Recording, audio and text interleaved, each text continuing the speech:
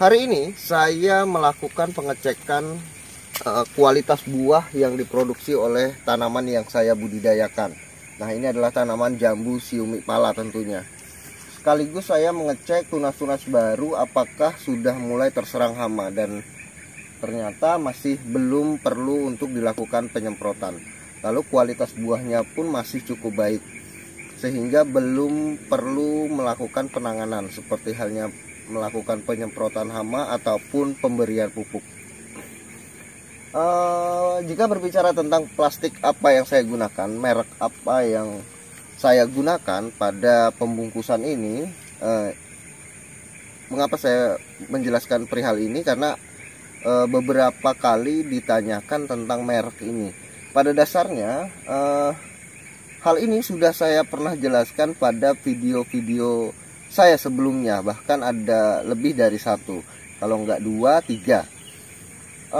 Tipsnya jangan menggunakan satu merek, karena jika kita mengkonsumsi satu merek dalam jumlah yang banyak, biasanya otomatis harganya akan cepat naik. Nah, jika kita mengganti-ganti merek tentunya dengan bahan yang sama, maka kemungkinan cepat naiknya itu lambat. Nah, mungkin itu. Lalu kemudian bahas apa lagi? Mungkin tentang pemupukan. Pemupukan juga saya sudah membahasnya berulang-ulang kali pada video-video saya sebelumnya. Kalian hanya tinggal melihat atau mencari tentang hal itu, kemudian kalian benar-benar simak videonya agar kalian memang benar-benar paham sebelum kalian menerapkan itu di kebun kalian, agar tanaman kalian setidaknya menyamai tanaman yang saya produksi ini, dengan buah dari satu pohon ini dengan buah yang cukup banyak ya. Lalu apalagi? Saya rasa sudah banyak ya yang saya jelaskan dari 173 video tersebut. Mungkin tentang lebatnya buah.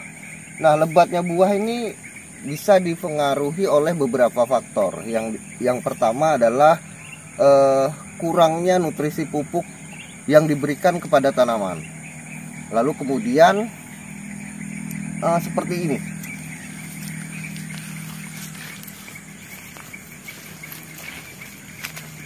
Nah, seperti ini kita bisa lihat di sini.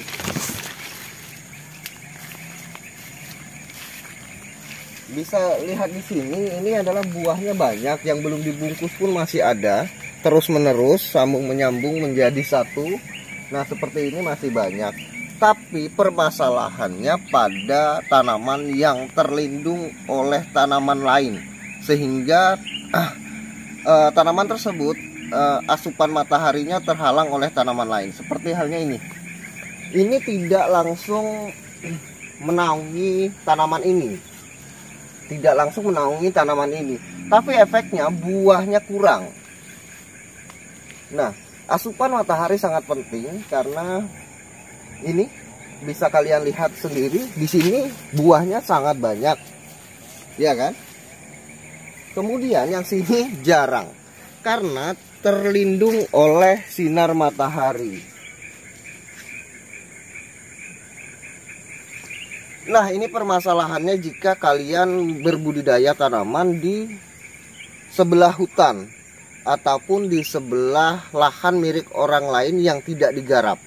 Nah, tanaman ini mau kita tebang milik orang lain, dan jika dibiarkan akan menghambat pembuahan dari tanaman ini. Nah, kita bisa lihat di sini. Ini sangat jarang. Nah, ini juga. Nah, yang sudah mulai mendapatkan sinar matahari seperti tanaman ini, buahnya mulai banyak. Tapi yang sebelah sini dan kemudian yang sana tadi, itu buahnya sangat kurang.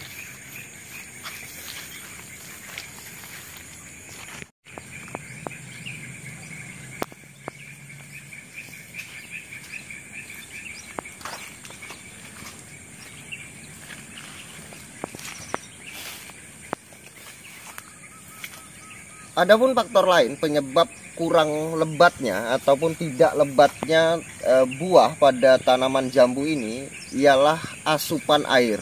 Nah, asupan air ini sangat penting untuk pembuahan pada tanaman jambu ini, terutama pada pembesarannya. Nah, jika asupan airnya kurang, maka otomatis tanaman ini akan jarang mengeluarkan tunas. Dalam artian populasi tunasnya itu minim, sehingga jumlah buah akan sedikit. Karena tanaman jambu ini setiap bakal buah yang muncul itu dibawa oleh tunas-tunas baru. Nah, sehingga oleh sebab itu yang perlu kalian perhatikan adalah kemunculan tunasnya. Jika kalian mengupayakan munculnya tunas-tunas baru, maka otomatis bakal buah yang dibawa oleh tunas tersebut akan banyak jika tunasnya pun banyak. Nah, faktor lain itu disebabkan oleh pengaruh kualitas bibit. Nah, kualitas bibit ini sangat penting. Mengapa? Karena begini.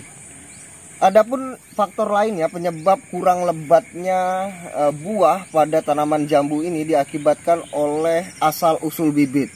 Nah, asal-usul bibit ini sangat penting sekali karena biasanya bibit itu sangat mempengaruhi kehidupan kedepannya. Nah, jika dari bibit saja sudah mulai bermasalah, maka jangan mengharapkan satu hasil yang memuaskan pada tanaman jambu yang kalian budidayakan. Nah, terlebih lagi jika tanaman itu berasal dari bibit okulasi atau sambungan. Nah, saya akan mengilustrasikan atau mengumpamakan jika seseorang sudah tua, memiliki paham-paham tertentu, kemudian disusupi oleh paham baru, itu sangat susah sekali. Nah, saya berikan satu gambaran bahwa tanaman hasil okulasi itu memiliki batang bawah. Nah, ini punya gen sendiri. Kemudian kita sambung dengan gen yang katanya atau tanaman yang katanya produktif atau unggul. Nah, jika tanaman yang bawah ini sudah terlanjur tua, maka akan sulit untuk tanaman baru ini berproduksi dengan baik. Sama dengan halnya manusia juga, jika kita sudah terlanjur tua kemudian memiliki paham tertentu, kemudian disusupi oleh paham baru, maka doktrinisasinya akan sulit sekali.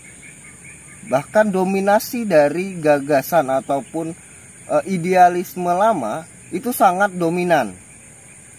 Sehingga untuk disusupi oleh paham baru itu sangat sulit sekali. Perlu pendampingan khusus, perlu perlakuan khusus. Nah, begitu juga pada bibit. Jika batang bawahnya ini dalam ketentuan itu sudah cukup tua sehingga dia sudah mulai mendominasi untuk produksi ke depannya, maka disambung dengan yang unggul sekalipun akan berpengaruh. Terutama saya perhatikan pada tanaman durian, itu sangat rentan sekali terkena penyakit untuk tanaman sambung. Jika tanaman tidak sambung sampai katakan 50 tahun ke atas pun tidak kena penyakit batang. Namun untuk tanaman sambung itu sangat rentan sekali terkena hama penyakit.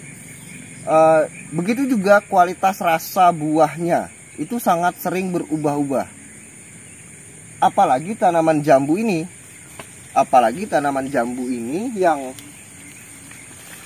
yang usia produktifnya itu jauh lebih cepat. Nah, jika tanaman yang produktifnya jauh lebih cepat, maka pemilihan bibit sangat perlu diperhatikan. Nah, oleh sebab itu saya sendiri mengkhususkan tanaman-tanaman yang untuk diproduksi bibitnya agar tidak terlalu banyak turunannya. Nah, kemudian bibit-bibit tersebut saya simpan sebagian, terus kemudian saya jual sebagian. Yang saya simpan itu untuk saya budidayakan ataupun meregenerasi tanaman yang sudah tua. Nah, itu Itu poin yang sangat penting. Nah, mungkin cukup itu saja. Tadi saya sudah membahas tentang merek dari kantong plastik ini, kemudian tentang pemupukan yang sudah saya pernah bahas berkali-kali di video-video saya sebelumnya. Kemudian saya membahas tentang populasi buah dari tanaman jambu ini, mengapa tidak lebat. Nah, itu ada beberapa faktor tadi. Yang pertama, kurangnya asupan nutrisi pupuk, kemudian kurangnya asupan sinar matahari, dan kemudian kurangnya asupan air pada saat mulainya pertumbuhan tunas, kemudian pembesaran buahnya. Nah, itu sangat mempengaruhi populasi dari buah dari tanaman tersebut. Kemudian yang terakhir, bibit.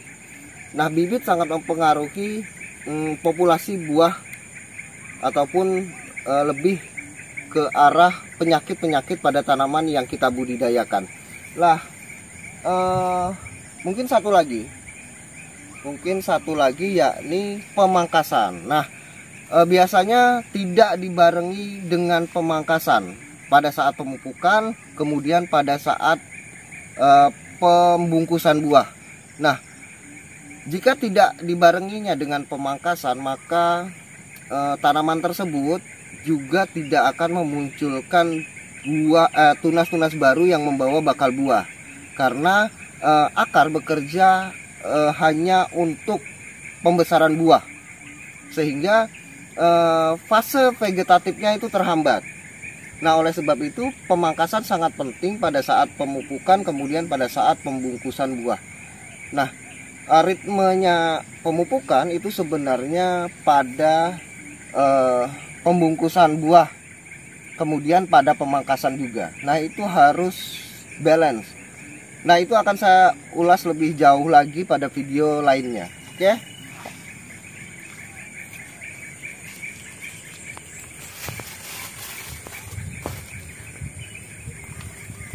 Nah, mungkin cukup itu saja yang bisa saya sampaikan pada video saya kali ini.